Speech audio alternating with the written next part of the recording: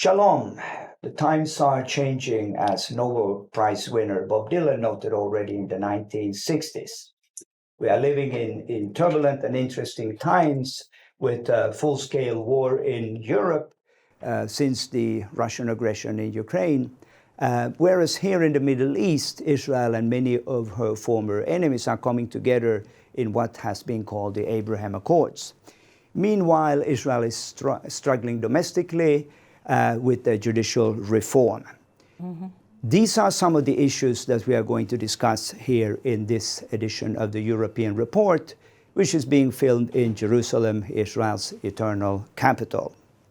With me in the studio, I have Fiamma Nierenstein, who is a former member of the Italian Parliament, an author of some 20 books, a journalist, and a senior fellow of the Jerusalem Center for Public Affairs. Welcome, Fiamma. Thank you very much, Tom. Nice to be here. Thank you very much. My name is Thomas Sundell, and this is the European Report. Let us start with looking at what happened last night here in Jerusalem. Papua New Guinea opened its embassy in Jerusalem, being only the fifth nation to do so. At the moment, none of the European Union member states have done so, and that leads us to the question, why is this? And can we expect any EU member states to open an embassy soon? Fiamma? Well, I don't want to predict the future. You know that there are member states of Europe that are much more friendly to Israel, and to say a very general thing, usually those are the countries that were previous communist countries. Mm-hmm. Looks like they had enough with the communist imposition about Israel in the Stalinist times and afterwards until the end of the Soviet Union, and looks like they want to mend a certain attitude toward Israel. While on the other side, I would say, Thomas, that the times are not so quickly changing for the European Union in their attitude toward Israel. A very confused attitude, if I may express my feeling like this, which has been since the very beginning of the European Union in the same years, just exactly in the same time when the Oslo Accords were coming on, because this is when the European community becomes the European Union in the beginning of the 90s. And it's dominated strongly by the Social Democrat group, Willy Brandt and whatsoever. Well, already since then, the attitude toward the Jewish state is an attitude that puts the relationship with the Palestinians in the first place. And so it has been, and it is until today.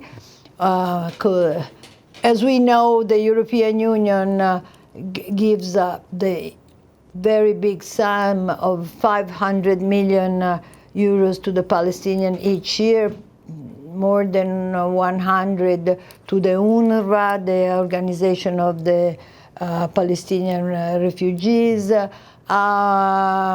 and even the NGO that have been very clearly accused and very well checked things by the NGO forum of Steinberg that studies the things in depth connected to terrorist organizations. Still the European Union doesn't stop to finance even those kind of NGO. And connected to this, since the war in 1967, the issue of the territories became the main issue under which hat all the relationship with Israel are kept. So if somebody will decide for the right move of becoming part of the great peace process that you mentioned now, and that includes several Arab countries in the Abraham Accords, this will happen notwithstanding the general attitude of the European Union, which is still very ambiguous and very damaging for Israel. Perhaps, Fiamma Ehrenstein, you were a member of the Italian Parliament for many years. You are very well connected to the current government, which again raises the questions. Perhaps Italy could be the exception, and I think if Italy would take that courageous step, there are many other smaller countries that may consider their position as well. Is this a realistic assessment, or are we talking about miracles? Look, Thomas, I think this is a very nice idea, and the kind of government that we have today, which is a moderate, mostly right-wing government, is certainly readier than the previous government for this step. But in the same time, I think it will take some time and some courage to bring on this step. The attitude of Giorgia Meloni toward Israel is certainly very good. I heard Salvini, that is his deputy in the government, mentioning the idea of bringing the embassy to Jerusalem. I never heard Giorgia Meloni spelling this incredibly positive idea that I hope will take place. But so let's hope for that. It will depend very much also on how will the next election, which are near, by the way, in the European Union will go. As a matter of fact, to take a very pragmatic point of view, even if in the past having Nazism and fascists certainly being on the rightest of the rightest possible wing, the Jews have been considered naturally allied to the left. The terrible wave of anti-Semitism that is unexpectedly now present all over Europe is mostly a left-wing wave of anti-Semitism. People that go to the streets shouting death to the Jews are very often bringing a Palestinian flag. Mm-hmm. So this is a reality. So we can hope that if the European Union will go on, because the process is already on, in enforcing its right wing, the possibility that you mentioned will become a reality. Yeah. Let's hope that will be the case. Let's really hope for that. As a side note, it might be worth mentioning that just in a few days we will celebrate the 50th anniversary or commemorate the 50th anniversary first of the Yom Kippur War. Sure. The reason I mention that is that this was the first time that the European community at the time defined a common position towards Israel. And it's when we look into that time, it was a copy and paste of the Arab League and their ways of looking at the conflict. And let us really hope that after these 50 years, it could be a year of jubilee and things could restart. But perhaps that is simply a hope, but we'll have to do the most to make it happen. You mentioned another anniversary, and I know that the Jerusalem Center for Public Affairs just had a conference about the Oslo Accords. Can you give a synopsis of what was said at the conference? Look, plenty of things were said at that conference that was, generally speaking, defined as a real disaster for the history of the state, and I would say it has been a disaster also for the Palestinian, because they became at that time mostly tied to their terrorist movements that were already on since many, many years. And at that time, the leadership of Israel didn't want to look into its eyes this incredibly strong phenomena that then became worldwide.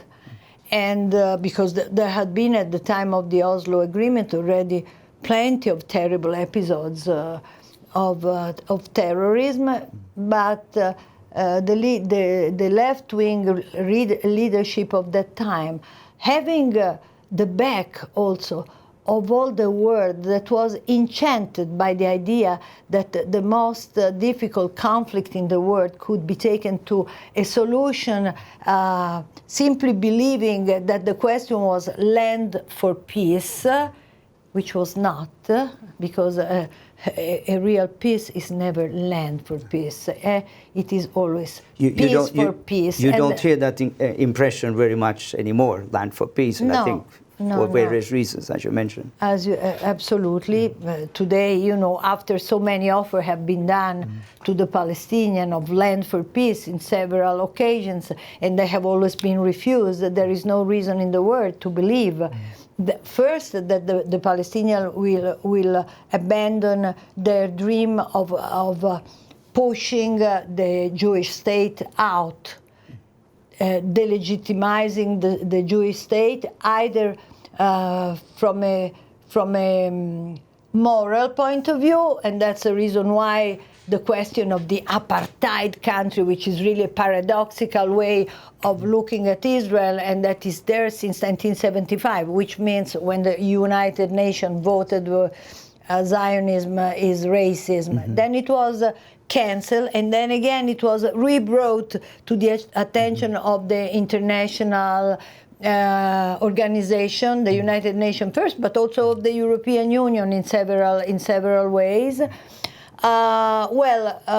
Since the Palestinians put there the question of the delegitimization of Israel through the idea of human rights, okay? So because the Israeli violates all the human rights, and they are killers of children, occupier of lands that they occupied without the legitimacy of the international law, because they live in a state that is not legitimate in the origins. It's colonialism and whatsoever. You just name it. They invented plenty of different ways to define the presence of the Jewish state here as an illegitimate and immoral state on one side, and on the other side kept fighting with the worst possible,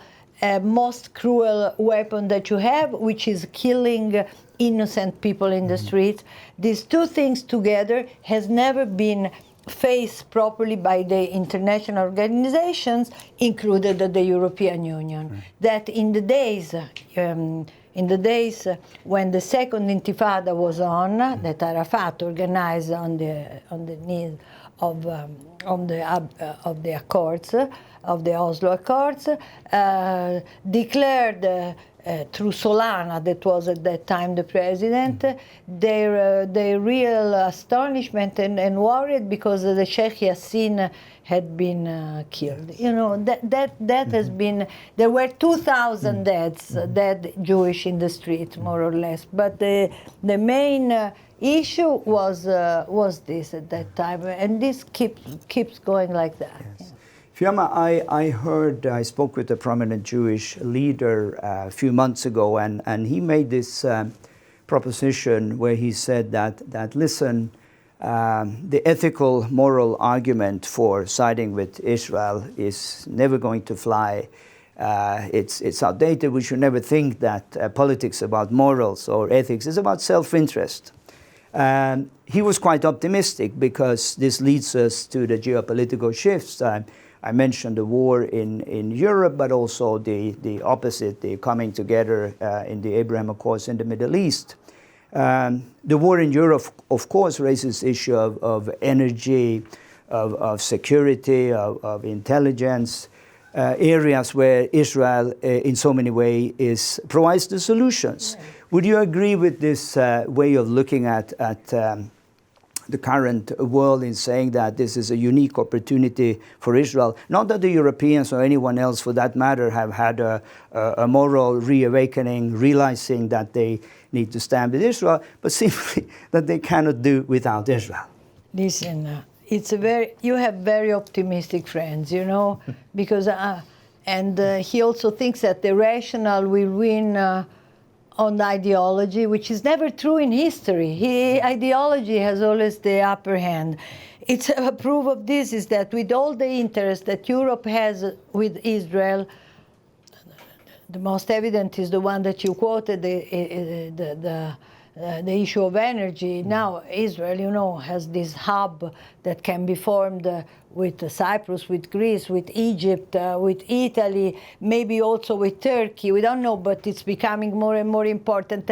And still, look, Borrell goes to the plenary of the European Union and said, I have here today to discuss a question that had been put to me, and he justifies himself. He says, it's not me that created this title, and then he mentioned it.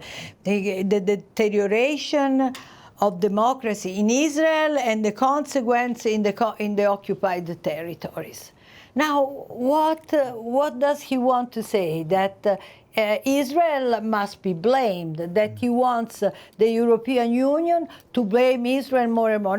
It's not enough to blame Israel because it has, and it's not true and it's not written in the Oslo Agreement, occupied territory. It's not true that is building, because it's not building, if not for miserable numbers in the territories, while the European Union is building a lot with the Palestinians. You want to know the numbers? They have built 5,533 illegal building in Area C, which is the one that the Oslo Agreement assigns to the Israeli, while the Israeli have built 406.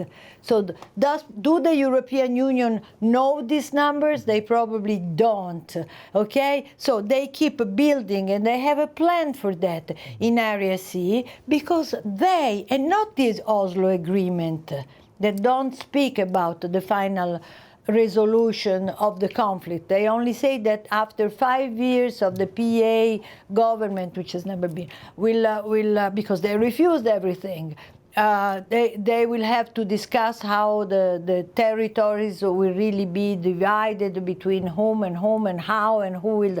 No, they have already decided everything. Area A, B, and C, and Jerusalem, East Jerusalem, belong to the Palestinians. And not only this, they have created guidelines, the European Union, for the products that can be bought and then sold in Europe in the supermarket in Europe, and labeling. You have to put a label when you have a product from these criminalized places, which they call the territories, the occupied territories. It's not written in the Oslo Accords. It's the European Union and afterwards the United Nations that at the beginning doesn't do it because of the two articles, the 242. And they don't define it in this way. It's just a creation that is the beginning of the delegitimization of Israel that I was describing before. Well, we have spoken about, and you mentioned the problems in Europe and how the European Union, the international community, is making life complicated and difficult for Israel. But again, there is the saying that one can be one's worst enemies. And obviously, looking at the situation in Israel right now, it's not pretty. It doesn't help us. It gives ammunition to the enemies of Israel. Of course, it's not for the EU to try to come in and say, well, you should do this and that. We have enough problems in Europe to take care of. But how do you look at this whole situation? Do you have an optimistic outlook here that we'll find a compromise soon and things will go back to normal? Or will this continue to provide ammunition for our enemies? Look, I will quote Borrell again, my favorite, when he said, well, we know that Iran has in its program to destroy Israel. We must live with it. This is what Borrell said. And this is the way the European Union behaves. It lives with it. He didn't say we approve it. They don't. They just live with it. I remember at the time of the discussion of the JCPOA, when Mogherini went to Tehran wearing the veil. I remember when the Iranian foreign minister came to Italy. He was invited in a wonderful ancient palace where there were statues, and the statues, as you know, are naked, okay? The statues were dressed for him because it was not only that they were not serving wine, because Muslims don't drink wine, I can understand that, you know, that's so, but they made the statues, the monuments, the ancient Roman fauni and ladies and the children wear clothes because they couldn't show. I mean, I just quoted this as an example of a cultural attitude. Politically speaking, we have the good example of England, which is not part anymore of the European Union, that declared the IRGC illegal and put it out of just like.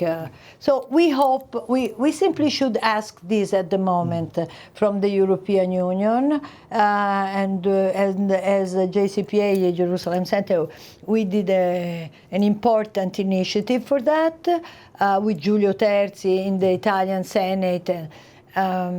We are asking the European Union to promote the idea that the IRGC must be put out of law. It was they who killed Masha Amini.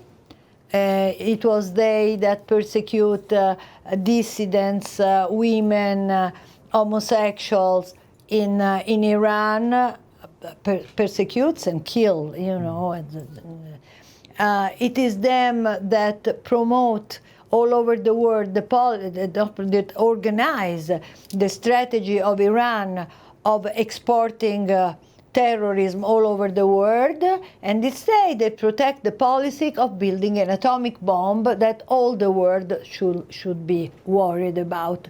So I think that this is the main enemy at the moment, not only of Israel, but of the European Union. It's closer to the European states. It has already missiles, ballistic power, able to reach several European capitals. I think that they're aware of that. And again, there is no courage in facing this danger.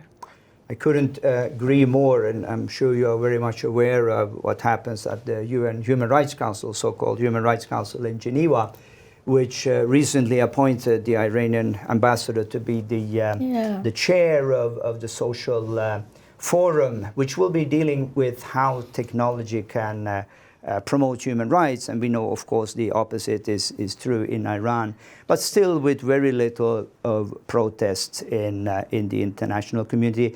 If we end on a positive note, hopefully, and we just have a few more minutes, looking at the Abraham Accords, because I think that's the strongest card that we have as friends of Israel now, to ask the Europeans, you want to be in the in the camp of peace or in the camp of conflict, and the answer should be obvious. Are you optimistic that the Abraham Accords momentum will continue? Who will be next to sign, and when will the European Union sign the Abraham Accords? Look, the Abraham Accords, as you just mentioned what you said before, are also a matter of strength and of international influence. I think that it's not so much about the Palestinian opposition to the Abraham Accords. By the way, I think that if the Saudi were in, the Saudi kingdom were in, maybe that also the Palestinian would put down a more reasonable attitude than the one that they, you know, that's something different. There is the very leadership of the Muslim world. All the Muslim where they pray turn to the Mecca, and that would really be the real recognition for Israel that Israel is part of the Middle East. Theoretically, religiously, and that the Jews belong. And this is very, very, very important, and I think that everybody should recognize it. Now, what do we need for this to pass? we need that the United States will be stronger than it is, you know, because this word, the Middle Eastern word, and whoever has been dealing with the issue as you have done, as I have done for so many years, knows that without strength there is no agreement. If one is weak, in the Middle East, you cannot be weak. Israel must be very, very strong. The United States must be very, very strong. And then, when this is there, also peace will be very, very strong. So this is what I really hope. I couldn't agree more. And again, it's been a pleasure to meet up again and to hear your thoughts, which I read almost weekly in your syndicated columnist. I think it's carried by JNS, if I'm not mistaken. And I can just recommend for all the watchers to sign up to Fiamma Nierenstein's weekly columns. This has been the European Report, this time from the CBN studio in Jerusalem. We are looking forward to see you again next month, then back in the studio of the European Parliament in Brussels. Again, thank you, Fiamma Nierenstein. Thank you, Thomas. And see you next month.